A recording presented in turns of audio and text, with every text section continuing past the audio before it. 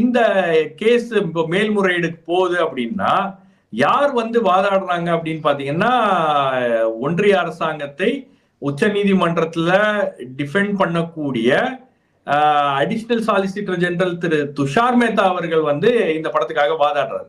அப்ப நீங்க புரிஞ்சுக்கணும், இப்ப துஷார் மேத்தா மாதிரி ஒரு அவரெல்லாம் வந்து முக்கியமான